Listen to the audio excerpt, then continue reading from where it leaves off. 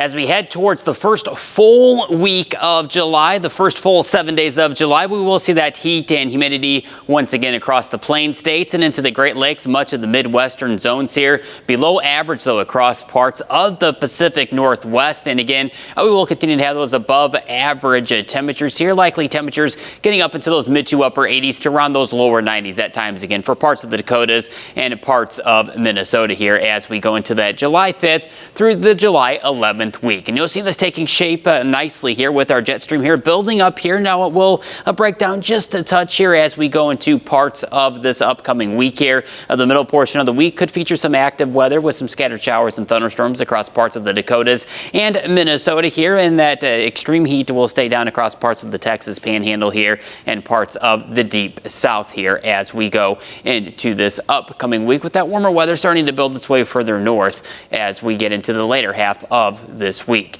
Temperature outlook for the second week here, 14th day outlook. This is getting towards the mid portion of July here. We're still going to have temperatures very summer like, still no big cool down in store for the northern plains here. Likely again another round of temperature staying into the 80s to lower 90s at times across parts of the Dakotas and Minnesota. Hot weather again stays to the south where those 90s could be expected for a few several days here. Likely more into the 80s, maybe a few rogue 90s could set up here as we head through that July 12th through July 18th week across parts of the area. Overall, for precipitation going back to the first full week of July here, July 5th through the 11th, notice how it remains dry across the parts of the Four Corners and across parts of the central and southern plains. Still somewhat active though across parts of the Dakotas and Minnesota here. We're not talking a complete washout here, but we are talking the potential for a few widely scattered showers, a few widely scattered thunderstorms setting up. And here's a look at the 8 to 14 day outlook here. This is for that mid portion of July.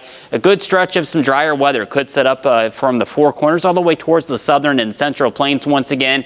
And for the Dakotas, Minnesota, just an average week, I think, for precipitation. Again, a few widely scattered summertime showers and thunderstorms, which again could bubble up, bring with it some heavy rainfall for parts of the area, while other areas could miss out on the moisture. We're starting to see the dry conditions starting to improve somewhat out across parts of the western Dakotas here, and I think that will continue as we go into the next week or so here, with a few widely scattered summertime shower and thunderstorms bubbling up. Still where it's dry though across a good portion of the Four Corners, the Pacific Northwest, still dealing with some of those drier conditions. So what are we talking about here as we go throughout the next 2 weeks here? Well, those drought conditions will still improve, I think, somewhat across parts of the Dakotas here. Widely scattered rain through mid-July, and it will stay warm with 80s to lower 90s as we go throughout the next few weeks.